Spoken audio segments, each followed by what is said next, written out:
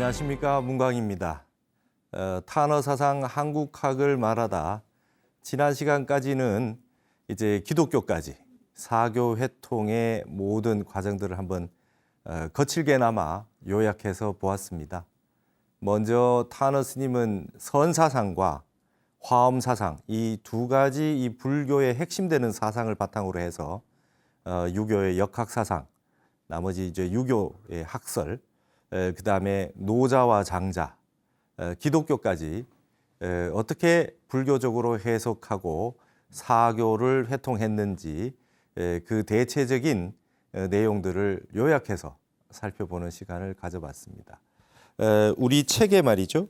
이 내용들을 제가 전부 요약을 해서 여기다 다 담아 놓았습니다. 349쪽에 보면 사교 회통에 대한 그 모든 그 요약과 탄어 스님이 어떻게 경전을 역경을 했는지에 관한 그 모든 내용이 잘 요약되어 있으니까 한번 살펴보시면 아주 비교해서 보시기에 편하실 줄로 압니다. 오늘부터는 이제 탄어 스님의 이제 미래학 시간입니다.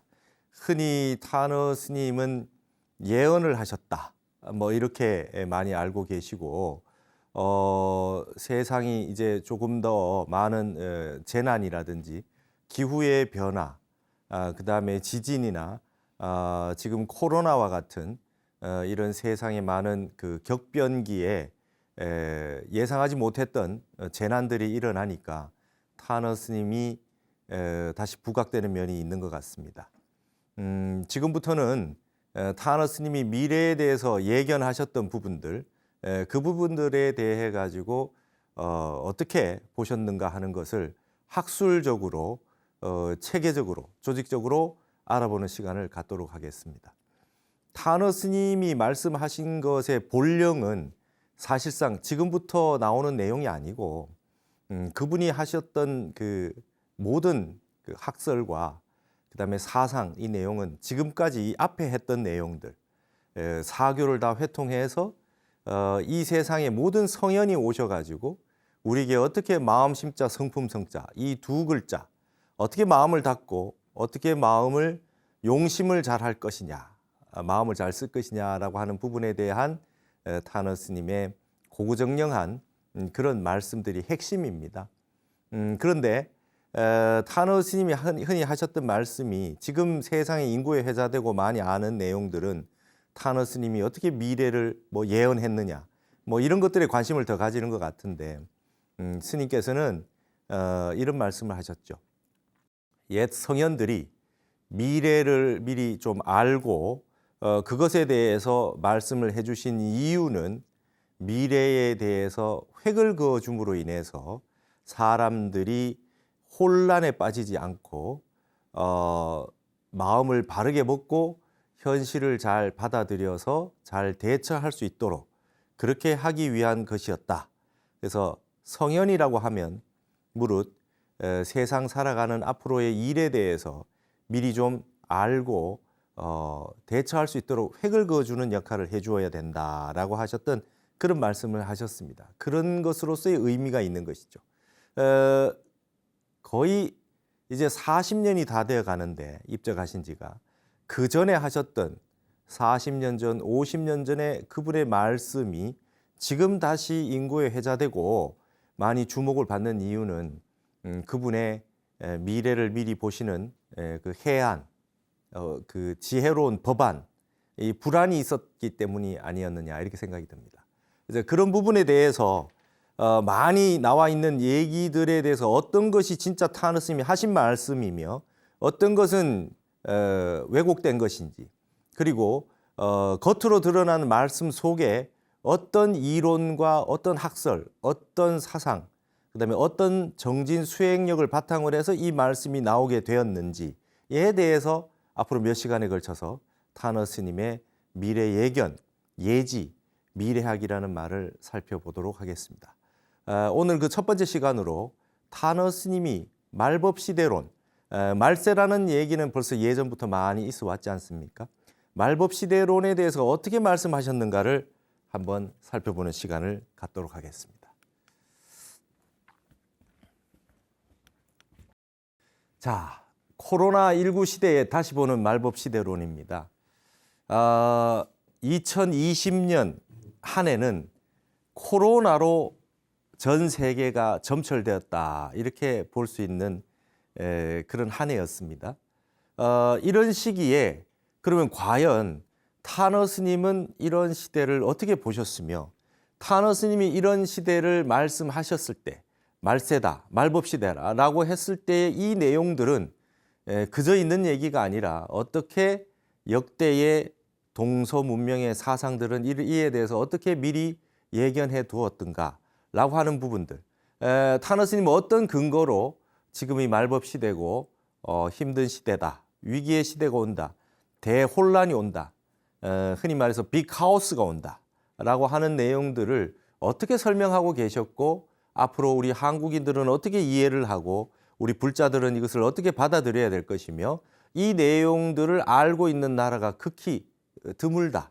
이 동양의 정신 문명이라고 하는 것을 어떻게 세상에 알려나갈 것인지 지구의 미래에 대해서 어떻게 대처를 하고 어떻게 받아들여서 어떻게 생활을 할 것인지 어떤 마음으로 이 위기를 극복해 나갈 것인지에 대해서 말씀하셨던 부분 그 근거들에 대해서 살펴보도록 하겠습니다.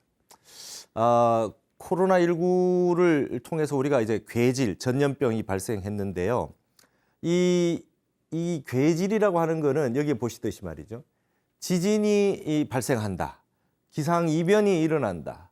라고 하는 말과 더불어서 대방등 대집경이라고 하는 우리 불교 경전에 그게 일장분이 있고 월장분이 있어요. 그 월장분이라는 곳에 이미 예견되어 있습니다. 말법시대가 되면 큰 전염병들이 계속 온다. 말법시대 현상 가운데 하나고 이거는 미륵이 하생하기 이전 말법시대에 고약한 전염병이 잇따라 번진다고 그렇게 예견이 되어 있습니다. 여러분 한번 살펴보시면 이 코로나라고 하는 것이 오기 전에도 메르스니, 사스니, 신종플루니, 에볼라니 이런 전염병들이 계속 있어 왔습니다. 그러니까 한 평균 잡아 4년 내지 5년에 한 번은 이런 전염병들이 계속 왔었는데 이렇게 팬데믹이라고 하는 전 세계적인 현상으로 일어나서 지구적인 형태로 질병 때문에 모든 생활이 이렇게 장애를 입게 된 것은 이제 코로나 때문인 것이죠. 그러나 이런 것들은 이미 예견되어 있다. 이렇게 얘기할 수 있습니다. 그러면 이제 이 코로나 이후에도 이걸로 전염병이라고 하는 건 영원히 없을 것이냐? 그것은 그렇게 보지 않고 있는 것이죠. 계속해서 잇따라 뭔가 전염병들, 괴질은 계속해서 나올 수밖에 없는 것이다라고 예측되어 있다는 겁니다. 자, 이런 시대는 불교에서는 말이죠. 이걸 어떻게 보고 있느냐라고 하는 부분이 밑에 있는 내용입니다. 우리 금강경에 보시면 열애멸후 후 500세다 이런 말이 있죠. 부처님이 인멸에 드시고 난 다음에 500년이라고 하는 것을 기준으로 해서 5번의 500년이 오게 된다라고 하는 구절이 있는데 그 구절을 금강경 오가해에 찾아보면 거기에 이게 이제 정신희우분에 있는데 금강경 오가해에서 조금 전에 얘기했던 대방등 대집경에 있는 내용을 가지고 와서 주석을 달아놨습니다. 열애묘루 후 500세가 뭐냐? 그래서 요 5가지가 있다는 겁니다. 부처님이 인멸에 드시고 난 다음에 첫 번째 500년은 해탈내고다 그랬어요. 해탈이 견고하다 이 뜻이에요. 부처님 인멸하시고 나서 500년 동안은 해탈하는 사람이 많았답니다. 500년. 그래서 여러분 경전에 보시면 부처님 법문을 다 듣고 나서 그 자리에서 환희용약했다. 그 다음에 아라함가를 증득했다. 그 다음에 신수봉행했다. 그 말씀을 그대로 지킬 수 있었고 그 자리에서 아라함가를 얻고 아주 기뻐서 용약했다. 펄펄 뛰었다. 이런 경전의 내용들이 있거든요. 지금 우리는 그러하지 못한단 말이죠. 그러나 부처님 당시에 법문을 들었던 분들, 그 다음에 부처님이 인멸하신 지 500년 때까지는 해탈내고다. 해탈하시는 분이 많았다. 그 다음 500년을 뭐냐? 선정내고라 그래요. 해탈은 못하셔도 선정에 드시는 분들이 많았다는 거죠. 선정에 드시는 분이 많았다. 그래서 이 1000년간을 말이죠. 정법시대라 그래요. 부처님 인멸 이후에 1000년간을 정법시대다. 해탈내고와 선정내고가 많았다. 그 다음에 500년은 다문내고입니다. 우리가 안한존자를 다문제일이라고 만을 따자 들을 문자 다문경고 다문내고 시대다. 해탈하고 선정에는 못 들어도 부처님 말씀을 다들 잘 외우셨다. 확실하게 부처님 말씀을 잘 듣고 외우고 실천하셨던 그런 시대가 이제 1000년이 지나고 나서 그다음에 온 다문내고 시절입니다. 그러고 난 다음에 500년은 탑사내고입니다. 탑사내고는 뭐냐면 해탈이나 선정이나 경전에 대해서 부처님 말씀에 대해서 공부는 잘 못하셔도 신심이 아주 있으셔가지고 탑을 짓고 탑을 세우고 절을 짓고 하는 이런 불사를 아주 여법하게 했다. 나는 공부 잘 못하는 대신에 그냥 부처님 법대로 도량을 잘 가꾸고 불국토를 만드는데 내 최선의 노력을 다하겠다 이런 분들이 많으셨다는 거예요. 여기 이제 다문내고 탑사내고 이 1000년간을 상법시대라 그럽니다. 모양상자 상법시대. 우리가 동상할 때 불상할 때 이때는 이제 부처님 불상을 마련해 놓고 지냈던 시기라 그래서 보통 상법시대라 그래요. 그 다음에 부처님 인멸 이후에 2000년이 지나면 그 다음에 500년 기간을 투쟁내고의 시대라 그래요. 이제 여기서부터는 말법시대가 시작이 돼요. 정법, 상법이 지나서 이제 말법시대가 오는데 그 다음부터는 세부적으로 말하면 투쟁내고 시대가 온다 이 말입니다.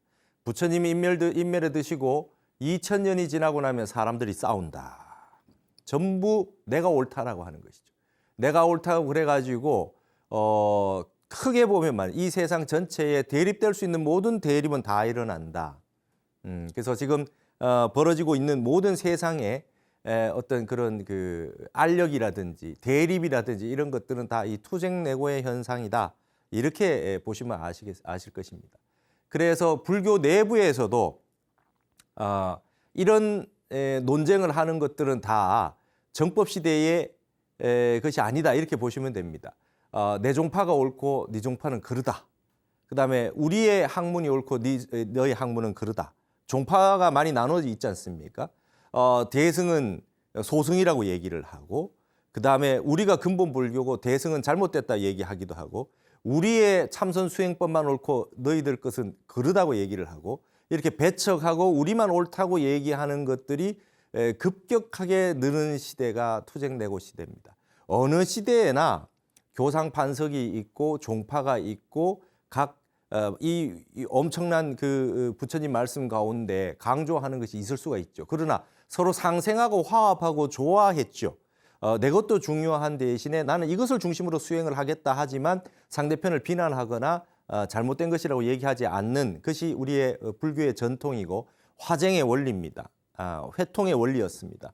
그런데 말법시대로 오면 이제 내 것만 옳고 네 것은 틀렸다라고 하는 얘기가 불교 내부에서도 오게 된다. 뿐만 아니라 불교 내부뿐만 아니라 온 세상의 다른 종교들도 다 마찬가지고 사상, 철학, 그다음에 정치, 경제나 모든 이런 정파에 있어서도 이러한 것이 다 나타나게 된다는 거죠. 그래서 서로 반목하고 시기 질투를 하고 이런 현상이 일어나게 되는 것은 말법시대의 투쟁내고의 현상이다라고 하는 얘기가 나오는 것이 바로 부처님 경전에 이렇게 나와 있습니다. 우리 불교에. 그럼 유교에서는 어떻게 얘기를 하고 있느냐? 유교에서는 말이죠. 소강절이라고 하는 이 북송의 아주 대단한 역학자가 있었습니다. 소강절이라는 분이 황극경세서라고 하는 책을 쓰셨는데요. 이분이 얼마나 많이 아시냐면 이 지구의 한 단위인 원해운세라고 하는 게 있는데 그게 12만 9,600년이라 그래요. 그 시절을 다 아시는 분이셨다 그래요.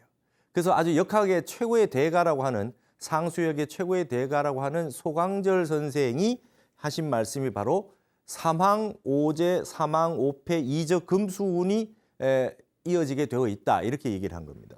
삼황이라고 하는 건 천왕시, 인왕시, 지황시가 있고 오제라고 하는 우리가 아는 전욱과 뭐 황제 그다음에 우리가 많이 아는 욤임금, 순임금 시대가 오제 시대고요. 삼황이라고 하는 시대가 또 지나고 나면 그다음에 오패가 왔죠. 오패가 오면은 이제 춘추 시대입니다. 뭐 제황공, 진문공이라고 해서 주나라 천자는 가운데 두고 말이에요. 자기네들끼리 패권을 했던 패도 정치라고 하는 그 공자와 맹자가 패도 정치라고 하는 부분에 대해서 아쉬움을 많이 드러냈고 이 맹자 같은 경우는 왕도 정치로 돌아가야 된다라고 하는 패도 정치. 그랬지만은 패도 정치만 해도 말이죠. 나름대로 법이 있었다는 거죠. 그 경쟁이 있었고 법이 있었다. 근데 이 5패의 시절이 끝나고 나면 이제 이적운이 온다 그랬습니다. 이적운이 온다는 거는 중앙에 말하자면 이제 이것은 소강절도 예언했는 시절이죠. 소강절도 예언, 이적금수까지는 예언입니다. 소강절 선생도 겪어보지 못한 시대입니다. 뭐냐면 중국 전역을 이 중화민족이 아닌 한족이 아닌 다른 민족이 와가지고 중원을 차지한다. 말하자면 몽고족이 온 원나라나 만주족이 온 이 청나라 같은 경우에 이제 이적운이 되겠죠. 여러분 이제 이렇게 생각해 볼 수 있습니다. 우리나라도 일제 강점기라든지 뭐 임진왜란이라든지 뭐 이런 시기 오면은 우리 땅에 살고 있던 사람이 아닌 외부에서 침입자가 그 땅을 차지하게 됐을 때 어떤 식민지라든지 이런 게 됐을 때 그 땅에 있는 고유한 풍습과 전통과 이런 거를 잘 지켜주지 않으려고 하죠. 그래서 막무가내로 자기 마음대로 그 땅을 활용하고 그 땅에 살고 있는 그 땅의 사람들에 대해서 이 원리 원칙대로 하지 않고 자기 마음대로 하게 되는 현상이 있기 때문에 아무래도 외부에서 침입자가 들어와서 그 땅을 아무리 잘 살게 해준다고 하더라도 무력을 쓰게 되고 안 좋아지기 마련입니다. 그게 이제 이적운입니다. 탄어 스님은 뭐라고 말씀하셨냐면 이적운이라고 하는 청나라의 마지막 이 신의 혁명으로 인해 가지고 청나라가 끝을 맺고 이제 바뀌게 되는 시절이 세상에서는 이제 민주라고 하는 형태로 이제 나오지만 중화민국이라고 하는 것이 신의 혁명을 통해서 이루어졌지만 사실은 알고 보면 그때부터 금수운이다 이거예요. 싸운다. 금수운은 약육강식, 그죠? 우성열패, 센 사람이 무조건 이긴다. 동물의 법칙이 지배하는 세상이 온다. 사실 20세기 초반부터 시작해서 청나라가 망하고 우리도 이제 조선이 망하고 뭐 이렇게 되는 상황을 이렇게 보시면 그야말로 이제 열강들의 제국주의와 세상에 있는 모든 법들이 말이죠.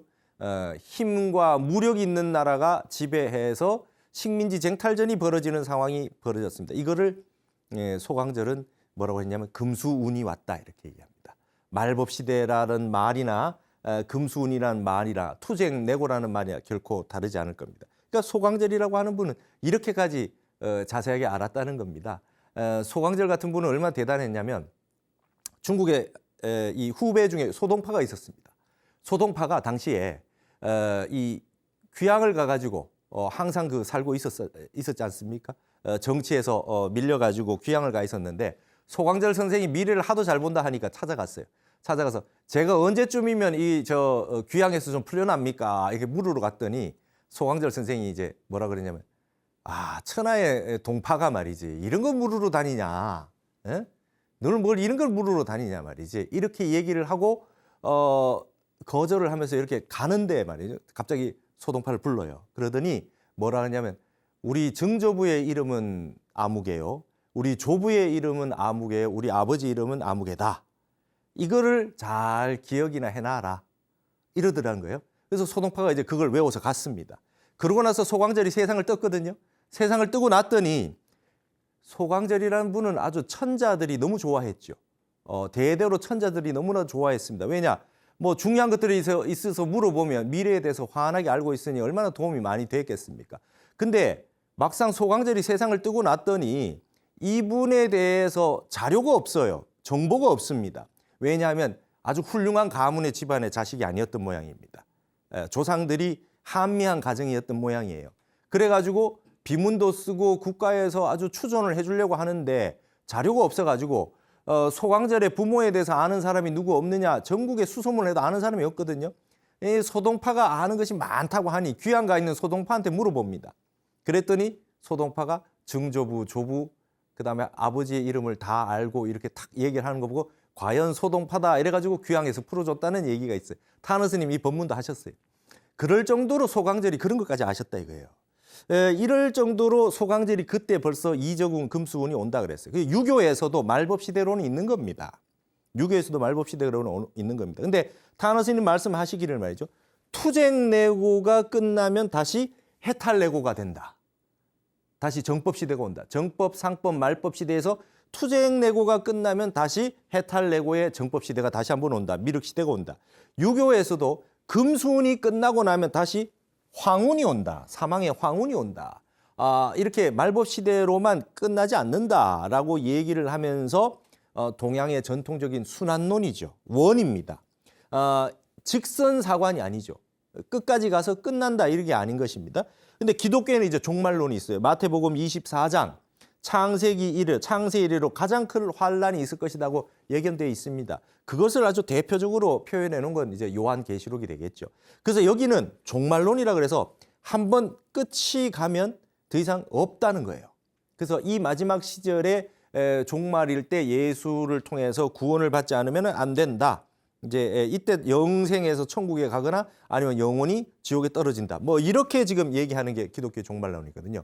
자, 이러한 형태의 어떻게 됐든 말법 시대론이라고 하는 것은 다 있는데 과연 그러면 이 부분들에 대해서 타너 스님은 이 종말론에 대해서 어떻게 말씀을 하셨으며 이 동양에 있는 항상 있는 이런 그 시대의 구분들 이런 거에 대해서 어떻게 설명을 하셨느냐.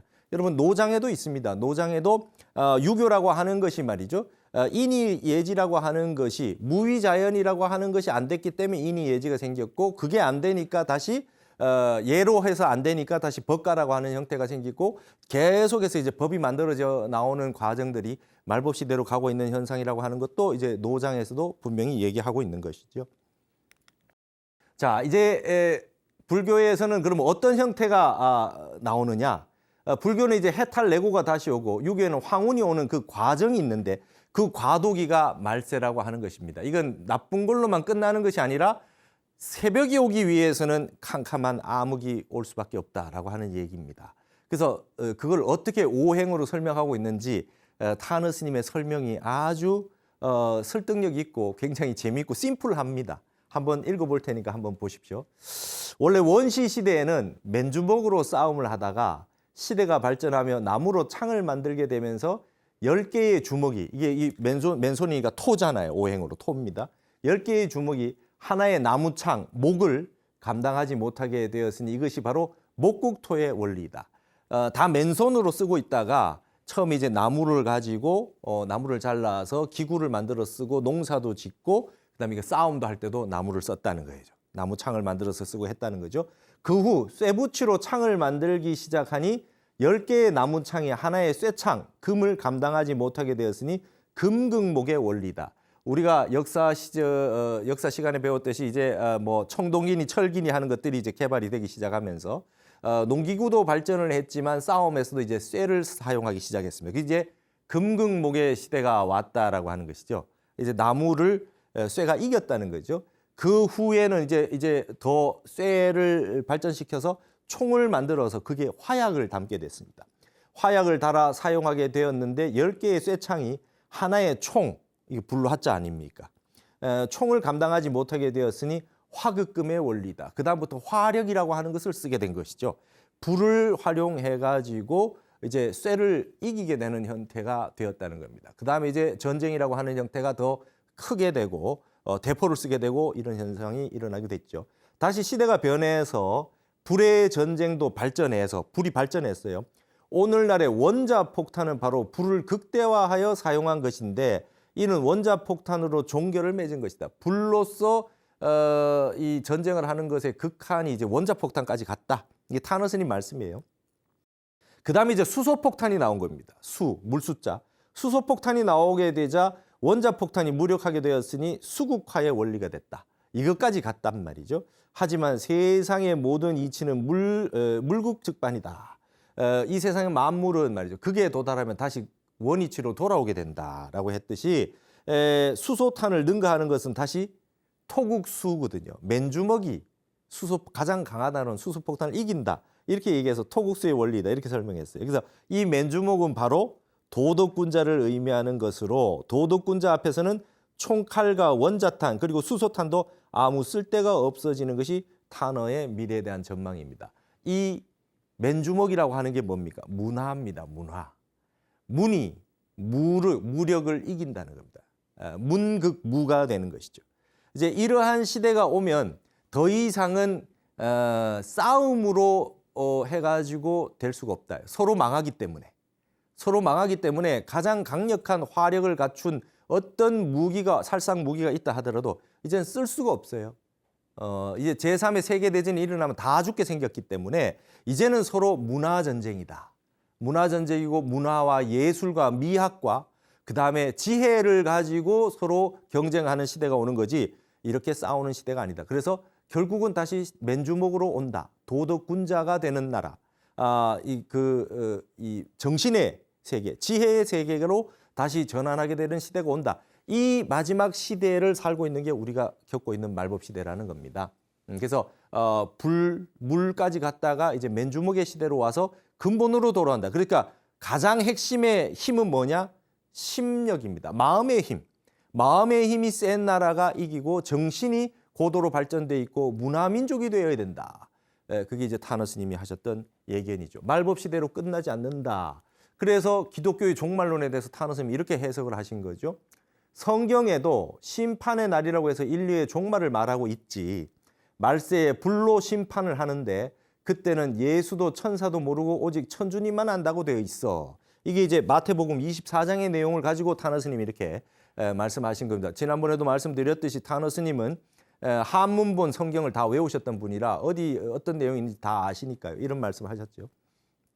멸망의 날이 언제인지는 모르고 성경에 보면 그때는 악이 가진 여자는 낙태를 할 것이고 일단 문 밖으로 나간 이상은 다시 들어오지 말라고 했어. 곧 이게 이제 타너스님 해석이 지진이 난다는 거야. 요 얘기들은 마태복음에 있고 성경에 있다는 겁니다. 악이 가진 사람이 엄마가 낙태를 한다는 건 놀라서 낙태를 한다는 거예요. 그다음에 다시 집에 문 밖으로 나간 이상 들어오지 말아라 하는 거. 지진이 나면 다시 집에 들어오면 안 된다는 거예요. 그러니까 이것이 뭐냐 하면은 세상에 놀랄 일이 많다. 불안 공포로 놀랄 일이 많아지고 이제 뭔가 지진 같은 것이 일어난다는 것을 이렇게 비추어서 보였다는 것이죠.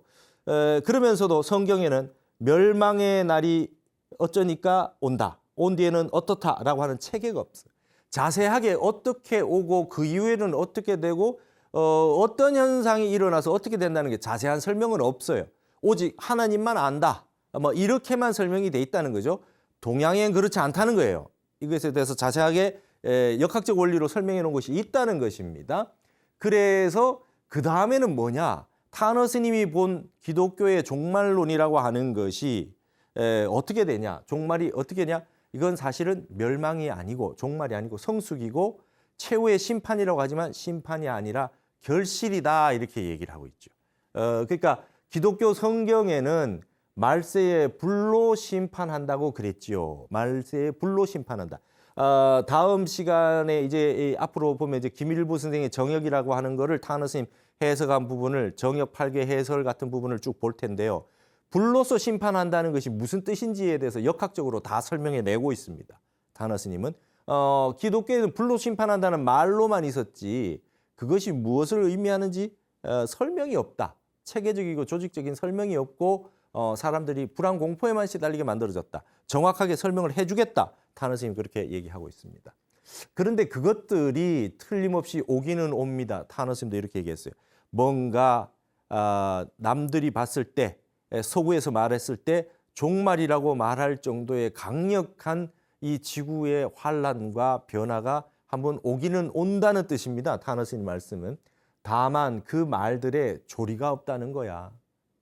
뭔가 체계가 없고 이론이 말이죠. 애매모호하고 이렇게 설명이 없다는 겁니다. 실질적으로 기독교에서는 요한계시록 같은 거 얘기하기를 꺼려하죠. 그럼 그런 걸 가지고 특별하게 내가 알았다라고 하는 사람들 얘기하는 거 보면 삿된 그 교파로 흘러가는 신천지처럼 말이죠. 그런 경우들이 많지 않습니다. 그다음에 이제 휴거가 일어난다. 이제 종말이 오니까 그걸 준비해야 된다 하는 그 말세에 관해서 얘기하는 그런 내용들이 말하자면 저는 그거를 신문에다 그랬습니다. 구원 인플레이션이다 이랬어요. 구원을 받아야 된다. 뭐 이제 끝났다. 이런 걸 가지고 종교를 사이비 종교들이 너무 많지 않습니까? 그게 왜 그러냐? 체계적이고 조직적이지 않고 조리가 없을 때에 사람들은 더 혹세무민에 빠지게 되고 세근횡계라 그러죠. 숨어 있는 걸 찾게 되고 이상한 그런 얘기들을 쫓아가게 되고 말이죠. 내가 모르니까 그렇게 되는 상황이 된다. 타노스님이 이런 말씀을 하신 이유는 이렇게 무슨 그 구세론이라든지 이런 부분에서 뭔가 이렇게 한 몫을 하기 위해서 하신 것이 아니라 스님께서는 제대로 알고 마음이 움직이지 말고 부동심으로 살게 하기 위해서 이런 말씀을 하신 거거든요. 그래서 또 성경에서는 어째서 불로 심판한다. 어떻게 불로 심판한다. 심판한 뒤에는 어떻게 된다. 이게 없잖아요. 그러니까 부조리하다 이거야. 온 서양 세계가 전부 기독교 세계가 얼마나 많습니까? 기독교 신자들이. 그러나 그분들이 다 자세한 내용이 없어요. 정보가. 그다음에 막연하게 불안할 뿐입니다. 그리고 그 부분에 대해서 알았다는 사람들이 나와서 엉뚱한 소리를 해도 속기가 쉽다 이거죠. 그래서 역학적인 원리로 볼 때는 멸망이 아니고 성숙이야. 심판이 아니라 결실이다 이거야. 결과적인 면에서는 좋게 보는 거야. 이렇게 얘기를 하고 있죠. 그래서 여러분 이 부분에서 타너 스님이 하시는 말씀이 가장 핵심되는 얘기가 말이죠. 이겁니다.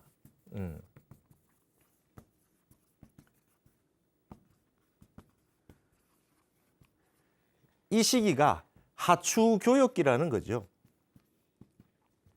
지구는 종말을 맺거나 영원히 심판에서 끝이 나거나 그런 것이 아니고 지구는 이제 여름에서 겨울로 넘어가는 교역의 시절이 왔다는 겁니다. 여름이 가을 되는 거. 여름이 가을 되는 시절이 맞이했다는 거. 이거를 금화교역이라 그래요. 금화. 금화교역이라고도 이렇게 말을 씁니다. 불기운이 쇠기운으로 바뀌어가는 시절이다. 여러분 여름은 불이고요. 가을은 쇠의 기운이죠. 그러면 여름에 모든 것이 풀도 그렇고 나무도 그렇고 가장 왕성하게 확 피어납니다. 확 피어났다가 그것이 가을이 되면 잎을 떨어뜨리죠. 그러니까 이제 숙살지기라 그럽니다.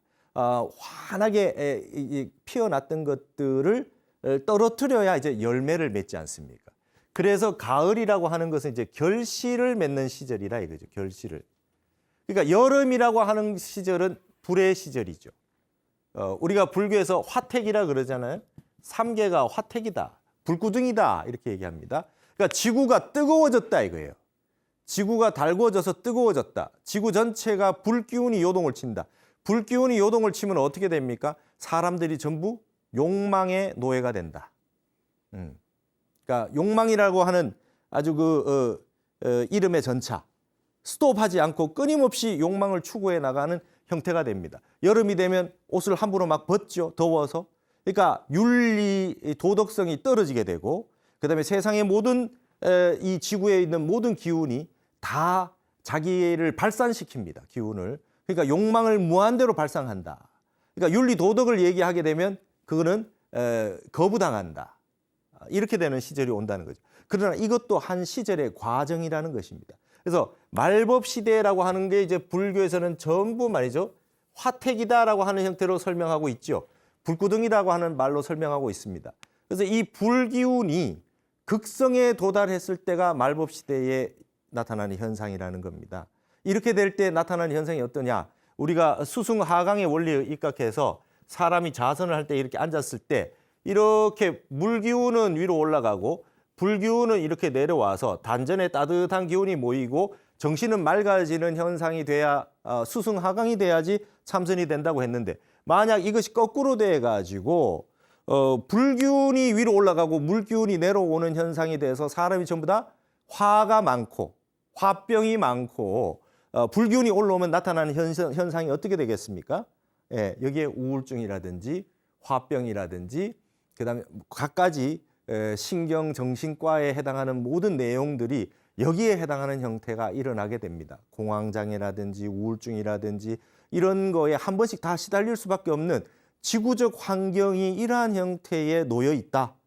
이렇게 보시면 그리고 지구는 온난화가 되고 있고 지구의 온도는 점점 올라가고 있으며 북빙하는 녹고 있다 이거죠. 이게 불로서 나타나는 현상들 이렇게 현상이 있는데 결론적으로 타너 스님이 하시는 말씀이 이거는 대환란이나 이런 현상은 기상, 기후, 지각 이런 부분에 지질이라든지 이런 모든 부분에 다 일어나는 현상이 한 번은 피할 수 없는 거대한 한번 혼란이 온다는 것이죠. 이것이 투쟁내고요, 금수운이요, 기독교에서 말하는 멸망기다 이렇게 다 볼 수 있다는 거다. 근데 이거는 지구는 말이죠. 아직까지 멸망하거나 하는 것이 아니라 이제 가을을 맞이한다는 겁니다. 이제 성숙의 계절로 도달하고 있다. 그렇게 이제 설명을 해야 된다는 것이 이제 타너 스님의 역학적 의견이시거든요. 그러니까 이러한 형태의 바탕이 되는 게 이제 김일부 선생이 말했던 이제 정역이라고 하는 형태입니다. 그래서 동양의 이제 역학에서는 이 말법시대론을 유교나 그다음에 노장이나 불교나 기독교에 나온 모든 말법시대론은 거의 일치를 하고 있어요. 근데 이것을 타너 스님은 벌써 40년, 50년 전에 말법시대론에 대해서 해석해 놓은 탁월한 해석학이 있다 이 말이죠. 그걸 한번 살펴보시자는 거죠. 역학에서는 왜 성숙기로 보느냐? 왜 성숙기로 보느냐? 지구라고 하는 것은 여자와 같은 것이거든. 여러분 땅이라고 하는 건 음으로 봅니다. 그렇죠? 하늘에 있는 빈 공간과 태양이라고 하는 걸 양으로 보면 땅이라고 하는 건 음으로 봅니다. 그래서 땅의 원리는 말이죠. 음의 원리로 보는 것이죠. 그래서 타너 스님 그런 말씀 많이 하셨어요. 음과 양이 있다라고 했을 때 남자와 여자가 있다라고 했을 때 잘 한번 살펴보라 이거예요. 양이라고 하는 것은 가진 게 없대요. 여러분 양은 가진 게 없답니다. 좋은 거는 다 땅이 가지고 있대요. 소유는 다 땅이 한다. 물도 땅이 가지고 있고 곡식도 땅이 가지고 있고 꽃도 그렇죠. 아름다운 모든 것, 그 다음에 윤기 있는 모든 것, 그 다음 땅이라든지 땅에서 생기는 모든 곡식과 모든 것들은 소유는 땅이 한다. 그러면 하늘은 뭐 하느냐? 텅 비어 있다 거예요. 창조를 하고 그 다음에 폼만 잡는 거예요. 위에서 폼만 잡는 거다 이렇게 얘기하죠. 우리가 북한산 인수봉이 우뚝 솟아 있어서 폼이 나고 멋있지만 거기에는 뭐를 간직하고 있을 수가 없어요. 전부 계곡으로 다 떨어지는 겁니다. 계곡으로 다 떨어져. 그래서 이 계곡에 상선 약수요. 가장 좋은 거는 물과 같다 그러고 노자에서 그렇죠. 그다음에 최고는 말이죠. 꼴짝이 곡신불사라. 곡신이 죽지 않는다. 계곡의 신이 죽지 않는다. 세상의 모든 것들은 계곡으로 다 떨어지게 마련이 돼. 그래서 가지고 있는 것은 다 땅이 가지고 있다는 거예요. 땅이 가지고 있는 겁니다. 소유는 다 땅이 한다 이거예요.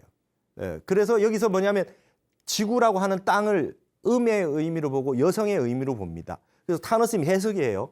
이건 딴 데서 보기가 어렵습니다. 그런데 천지개벽 이래로 지구가 미성숙이었다 이거예요. 지구가 미성숙한 상태로 있었답니다. 지구라고 하는 형태가 삐딱하게 서가지고 23.7도 이렇게 기울어져 있지 않습니까? 기울어져 가지고 이렇게 돌고 있기 때문에 정확하게 달이 안 맞습니다. 그렇죠? 윤달이 생기고 지구가 이게 기울어져서 돌기 때문에 이게 미성숙의 원리로 본다는 거죠. 그럼 성숙기는 뭐냐? 성숙기란 뭐냐? 여자가 하초에 양기가 들어가면 성숙기가 오거든. 여자가 이제 초경을 하고 이제 여자가 성숙해서 어른이 되어오는 과정은 불기운이 들어왔을 때 이제 성숙기가 되듯이 지구에 불기운이 들어서 양기가 돼서 불의 기운이 나타났을 때 이제 성숙기가 온다는 겁니다. 아까 말했듯이 여름의 기운인 겁니다. 그리고 지금이 말법시대라서 화택이라고 그래서 불구덩이라고 하지만 불기운이 들어와야만 가을이라고 하는 성숙기의 길을 맞이한다는 것이죠.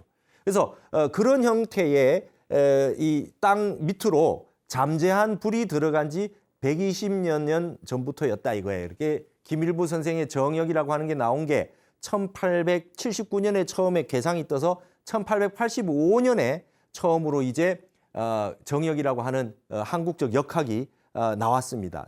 이거에 대해 자세하게 다음 시간부터 설명을 해드리겠습니다. 그것이 나온 지가 120년 됐다는 거예요. 이게 말이죠. 타너 스님 해석이. 그 역학이 나온 지가 120년이 됐기 때문에 이제는 불기운이 만들어지기 시작했던 게 지구에서 100년이 넘었다는 겁니다. 타너 스님 당시만 해도. 20년 전에 이런 말을 하면 미친놈이라 그래서 타너 스님 당신 하신 말씀이에요. 그런데 지금은 믿어요. 북빙양이 녹아내린다는 것을 다 아니까. 지금 여러분 북극이 녹고 있다라고 하는 거 여러분 이제는 우리가 다 믿지 않습니까? 40년 전에 타너 스님 하신 말씀입니다. 지금은 북빙하가 녹고 있다라고 하는 것을 이제는 사람들이 좀 믿기 시작했다. 20년 전만 해도 그런 걸 믿는 사람이 없었다는 겁니다. 이때 이미 말이죠. 북빙하가 녹고 있다라고 하는 뉴스가 나오기 시작했거든요. 타너 스님이 그런 말을 근거로 제시하면서 이제 북극이 녹고 있다는 걸 알겠느냐 이런 말씀을 하신 거죠. 왜냐하면 지구에 불기운이 들어왔다는 것이죠. 그래서 기독교에서는 현세를 말세라고 해서 최후의 심판을 받게 된다고 합니다. 그러나 동양 정역의 원리는 후천 세계의 자연계와 인류의 생태에 대해서 빈틈없는 이치로 설명을 주고 있습니다. 서양의 예언들은 인류 종말을 말하지만 실은 오히려 온갖 인류의 부조리가 사라지고 낙원이 이룩되는 신세계입니다. 이렇게 스님이 설명하셨던 겁니다. 그래서 스님은 유교, 불교, 노장, 기독교 전부 지금 현대가 우리가 살고 있는 시대는 말법 시대다. 말세다. 말세의 운명은 회복이 불가능하다. 말세 명운은 불회복이다. 제가 모셨던 해자 암자, 해암 큰 스님도 이런 말씀 많이 하셨어요. 회복은 불가능하다. 이제는 이걸 끝이 나서 새로운 시대가 오게 된다. 이렇게 얘기했습니다. 서구에서는 종말론을 얘기했지만 우리 동양에서는 개벽을 얘기한다. 새로 다시 한번 말이죠. Great Open, 새로운 큰 시작이 열린다. 그것을 이제 여름이 가을로 변하는 시기로 본 겁니다. 그래서 타너 스님은 이와 같은 말법 시대론에 대한 해설을 이미 40년, 50년 전부터 하셨고 이 땅에 어떤 일이 있더라도 흔들리지 말아라. 마음을 놀라서 함부로 업을 잘못 짓거나 그런 일을 하지 말고 마음 수행을 하면서 잘 이 세상을 관조하면서 이치를 알고 기독교의 종말론은 너무 무섭다 이거죠. 그래서 동양의 역학의 이치에 의해 가지고 보라 이런 말씀을 하셨습니다. 그래서 다음 시간부터는 이제 타너 스님이 하셨던 미래 예견, 미래 예지 이런 부분들에 대해서 조금씩 깊이 있게 살펴보시는 시간을 갖도록 하겠습니다. 오늘은 이것으로 마치겠습니다. 감사합니다.